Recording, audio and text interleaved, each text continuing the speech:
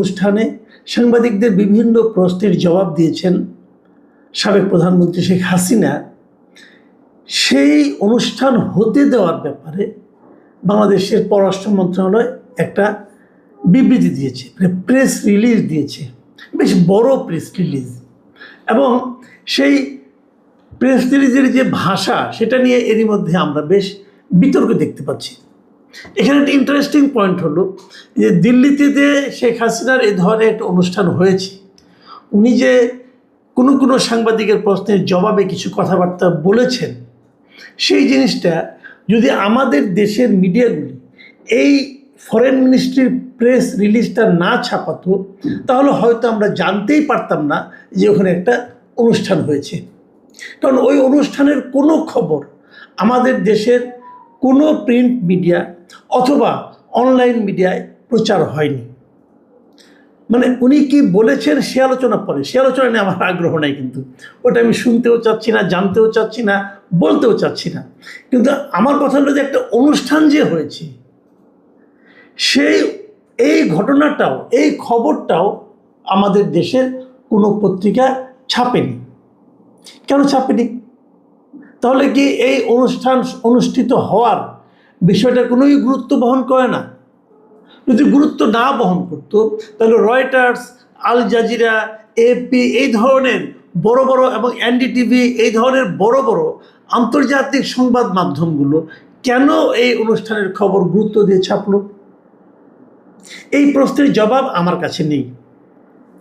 আমাদের দেশে যে মিডিয়াগুলো আছে তাদের কাছে আছে কিনা আমি বলতে পারবো না। বাংলাদেশে অনেকগুলো সংবাদপত্র আছে, দৈনিক সংবাদপত্র আছে, অনেক মেরুদণ্ড সম্পন্ন সংবাদপত্র আছে, ডেইলি স্টার বলে, তা নাকি আন্তর্জাতিক মানের সংবাদপত্র, প্রথম আলো আছে, বিশাল সংবাদপত্র, তারা কেউ ছাপেনি। কেন ছাপেনি, কী কারণে ছাপেনি, সেটা নিয়ে আমার একটা হাইপোথিসিস আছে, আমার একটা বিশ্লেষণ আছে। সেই আলোচনা আমি একটু পরে শেষ দিকে করব। তার আগে বরং আমরা একটু জানতে চাইব যে পররাষ্ট্র মন্ত্রণালয় গতকালকে যে তীব্র প্রতিবাদ জানিয়েছে এই ঘটনার, মানে ঘটনার কোনটা, ওখানে এই ধরনের একটা অনুষ্ঠান হতে দেওয়া, এই ঘটনার তারা যে তীব্র প্রতিবাদ জানিয়েছে, সেই প্রতিবাদের যে ভাষা, সেটা নিয়ে আবার দেখলাম যে আমাদের বেশ কিছুজন কূটনৈতিক সাংবাদিক, মানে কূটনৈতিক রিপোর্টার যারা ছিলেন, একসময় এই বিটে কাজ করতেন তারা, এবং বেশ কিছু অবসরপ্রাপ্ত কূটনীতিক, তারাও কিছু কিছু মন্তব্য করেছেন। বলা বাহুল্য এই মন্তব্যগুলো খুব পজিটিভ না।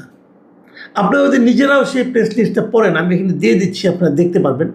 যদি সেই প্রেস লিস্টটা, বড় প্রেস লিস্টটা পড়েন, পাবেন আপনি পররাষ্ট্র মন্ত্রণালয়ের ওয়েবসাইটে গেলেও পাবেন। সে এবং ইন্টারেস্টিং আরেকটা দিক হলো, পররাষ্ট্রমন্ত্রীর ওয়েবসাইটে দেখা গেছে এই বিবৃতিটা, মানে এই প্রেস রিলিজটা আমি যখন দেখেছি তখন পর্যন্ত 7 বার এডিট করা হয়েছে। এরপরে নাকি শুনলাম যে আরও 2-1 বার এডিট করা হয়েছে। আর একবার দিয়েছে, পরে ভেবেছে একটু চেঞ্জ করতে হবে, আবার এডিট করে আবার দিয়েছে, এরকমভাবে তারা একাধিকবার চেঞ্জ করেছে। আমি সর্বশেষ যেটা পেয়েছি সেটারও যে ভাষা, আমার কাছে এই ভাষাগুলি কূটনীতি সুলভ ভাষা বলে মনে হয়নি।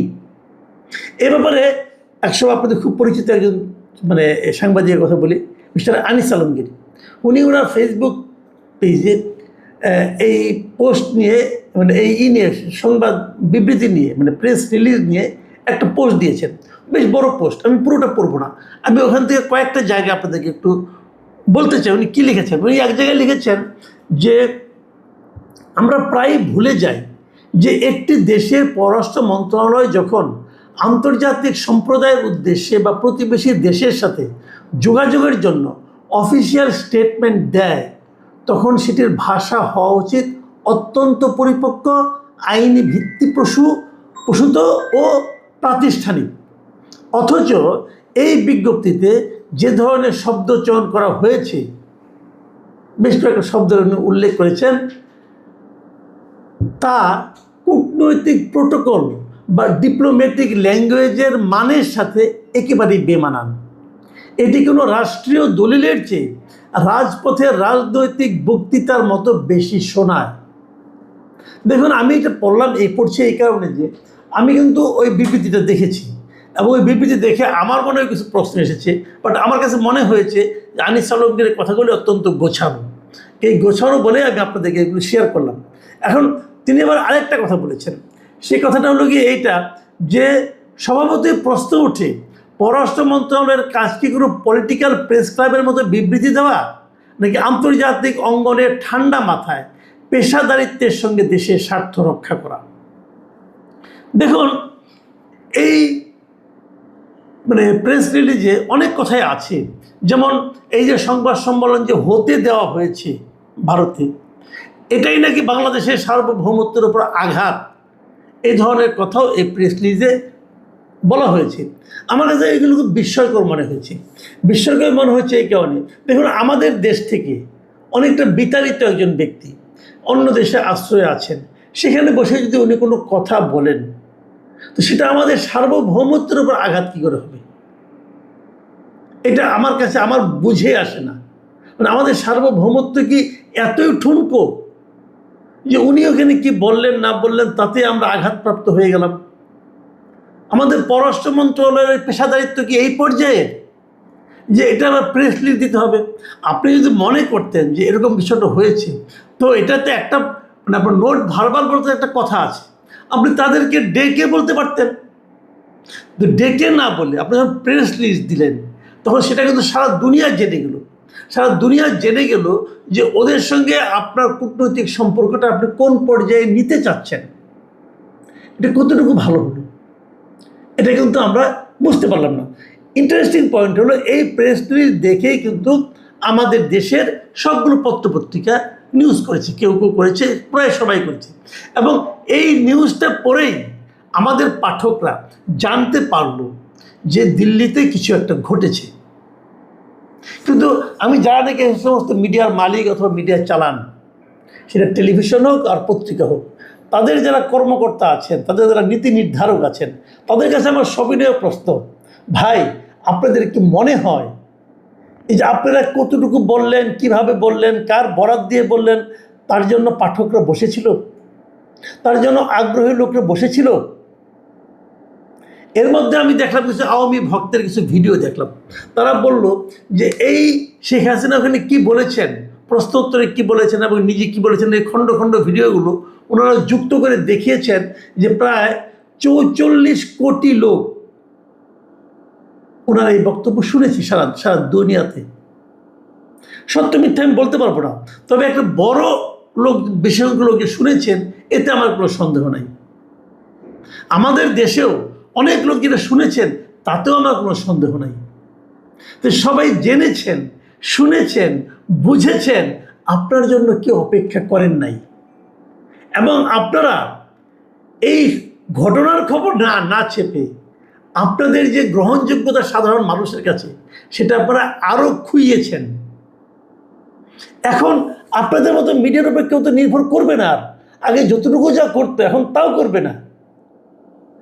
কেন আপনারা এই ঘটনার খবরটা আপনারা বলতে পারতেন যে উনি এখানে প্রেস কনফারেন্সে অংশ নিয়েছেন, সাংবাদিকদের পাশে জবাব দিয়েছেন, হয়ে গেল।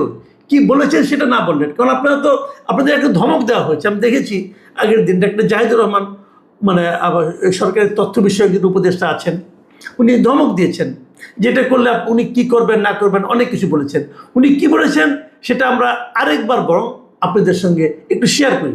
তিনি মঙ্গলবার দিন সচিবালয়ে একটা সাংবাদিকদের বিভিন্ন সংবাদ সম্মেলনে বলেছেন যে কথাগুলো আমি হুবহু বলি। উনি বলেছেন যে এই ব্যাপারে সরকার আগের থেকে অনেক নির্দেশনা ছিল সতর্কতামূলক, তারপরেও কেউ কেউ এর আগে খবর প্রচার করেছে।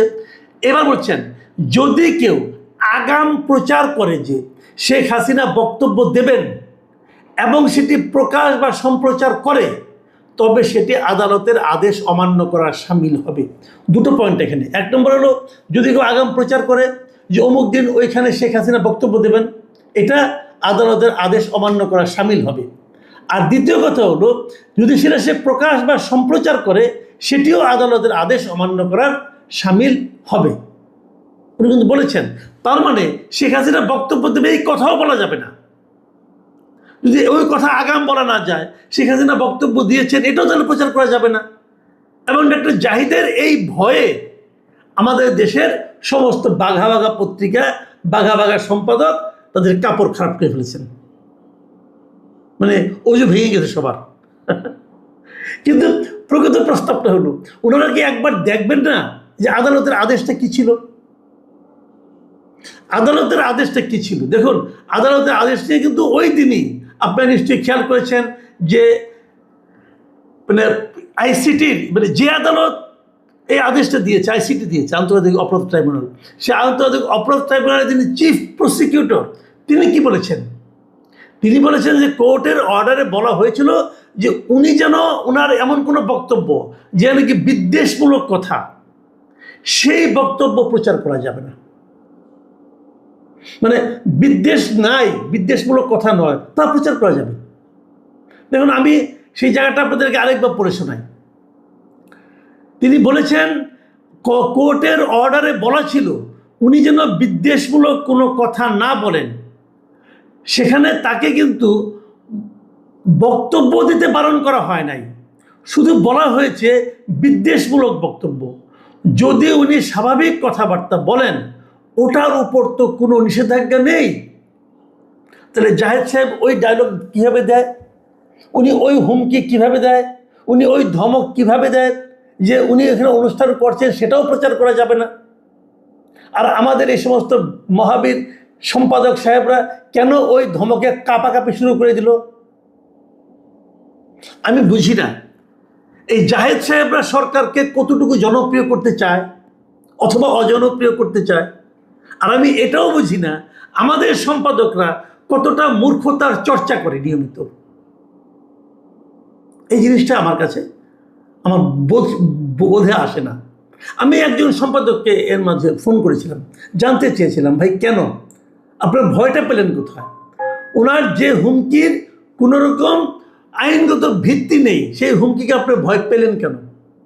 উনি কি বললেন জানেন?